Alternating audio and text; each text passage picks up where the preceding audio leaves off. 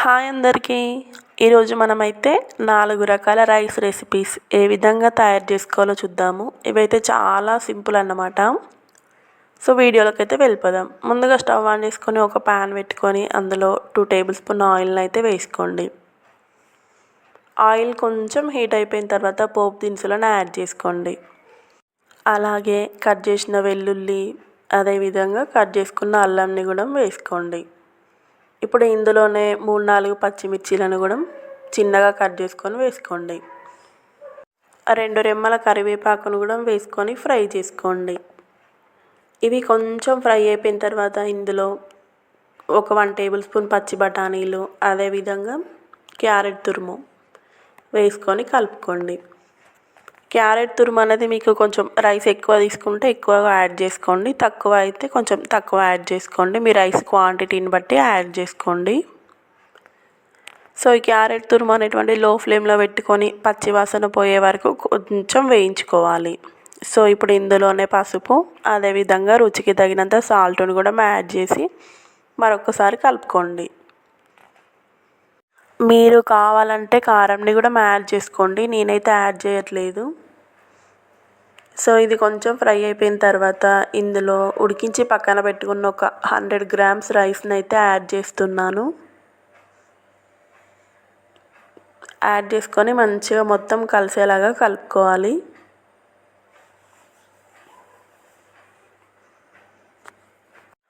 కలుపుకొని పైన కొత్తిమీరతో సర్వ్ చేసుకుంటే ఎంతో టేస్టీగా ఉండే క్యారెట్ రైస్ అయితే రెడీ అయిపోతుంది.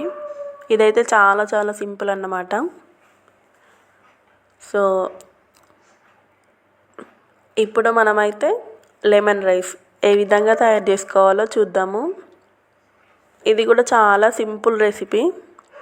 సో అందరికి కూడా తెలిసే ఉంటుంది, బట్ ఒకసారి ఈ విధంగా ట్రై చేయండి. వీడియోలోకి అయితే వెళ్ళిపోదాం. ముందుగా ఒక 150 గ్రామ్స్ రైస్ని అయితే తీసుకొని దాన్ని ఈ విధంగానైతే మంచిగా కలుపుకోండి. పొడి పొడిగా కలుపుకొని ఇందులో రుచికి తగినంత సాల్ట్, అదేవిధంగా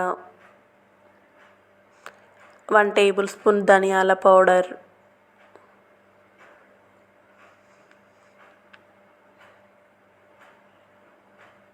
అలాగే చిటికెడు పసుపు, అదేవిధంగా ఒక లెమన్ అయితే పిండుకోండి. మీకు కొంచెం పులుపు ఎక్కువ కావాలంటే లెమన్ 2 పీసెస్ని కూడా పిండుకోండి. సో తర్వాత దీన్ని మొత్తం అయితే మంచిగా కలుపుకోవాలి.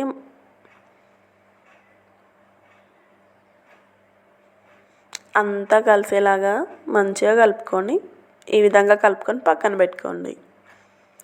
ఇప్పుడు తాలింపు కోసం అయితే స్టవ్ మీద ఒక ప్యాన్ పెట్టుకొని అది కొంచెం హీట్ అయిపోయిన తర్వాత 2 టేబుల్ స్పూన్ ఆయిల్ అయితే వేసుకోండి.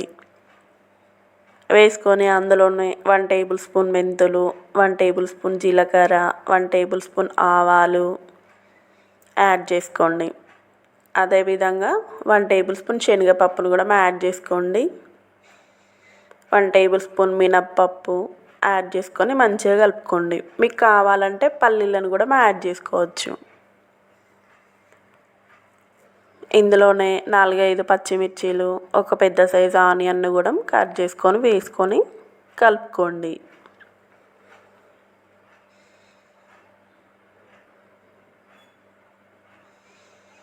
పచ్చిమిర్చి ఆనియన్ 2 కూడా కొంచెం ఫ్రై అయిపోయిన తర్వాత ఇందులో అల్లం వెల్లుల్లి పేస్ట్, అదేవిధంగా 1 టేబుల్ స్పూన్ పసుపును కూడా యాడ్ చేసుకొని మంచిగా కలుపుకోండి.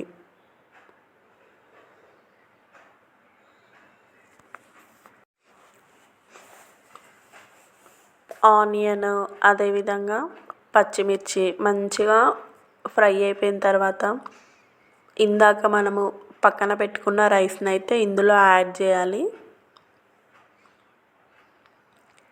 యాడ్ చేసుకొని మంచిగా కలుపుకోవాలి.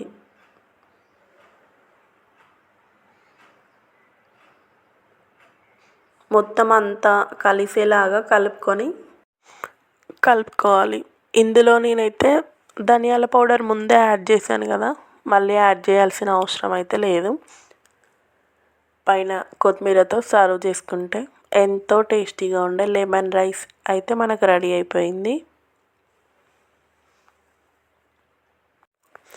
మనకైతే ఇంట్లో ఏమీ కూరగాయలు లేనప్పుడు సింపుల్గా ఈ విధంగా తయారు చేసుకోండి రైస్ని అయితే.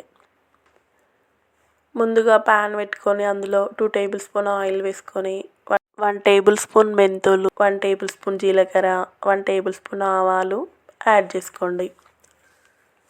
అలాగే చిన్నగా కట్ చేసుకున్న పచ్చిమిర్చి, 1 టేబుల్ స్పూన్ బఠానీలు, అదేవిధంగా చిన్న ముక్కలుగా కట్ చేసుకున్న క్యారెట్ని కూడా యాడ్ చేసుకొని ఒకసారి కలుపుకోండి.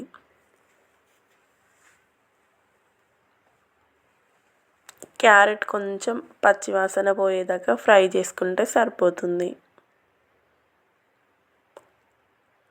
ఇప్పుడు ఇందులో 1 టేబుల్ స్పూన్ సోయా సాస్, అదేవిధంగా 1 table spoon red chilli sauce add చేసుకొని మంచిగా కలుపుకోండి.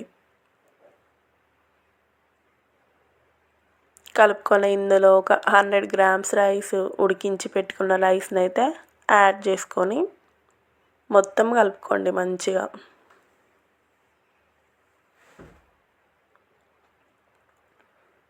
ఇదైతే టేస్ట్ అయితే చాలా బాగుంటుంది. ఒకసారి అయితే ట్రై చేయండి. సో ఈ విధంగా మంచిగా కలుపుకొని రుచికి తగినంత సాల్ట్, అదేవిధంగా 1 టేబుల్ స్పూన్ ధనియాల పౌడర్ని అయితే యాడ్ చేసుకొని కలుపుకోండి.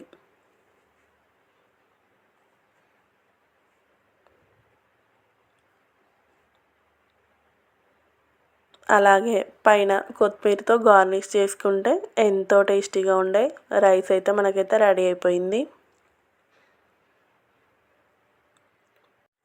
నెక్స్ట్ టమాటో రైస్ ఏ విధంగా తయారు చేసుకోవాలో చూద్దాము.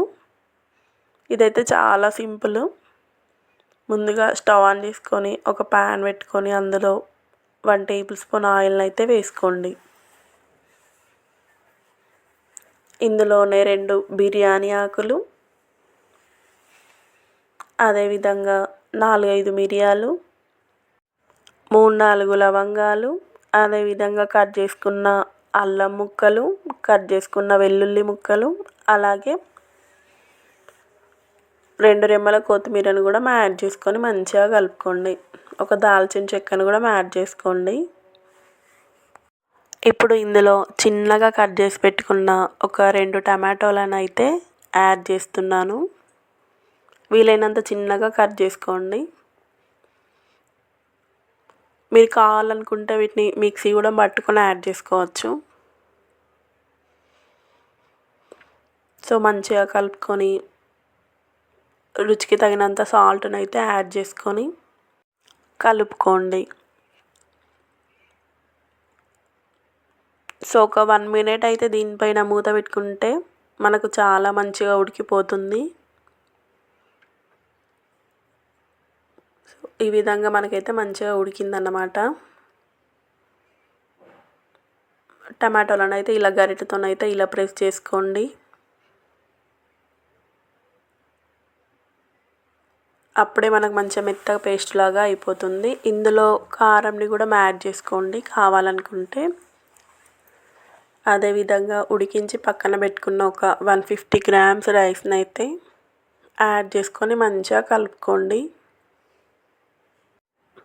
తర్వాత ఇందులో 1 టేబుల్ స్పూన్ ధనియాల పొడి, 1 టేబుల్ స్పూన్ గరం మసాలాను కూడా వేసుకొని కొత్తిమీర వేసుకొని కలుపుకుంటే ఎంతో టేస్టీగా ఉండే టమాటో రైస్ అయితే రెడీ అయిపోతుంది.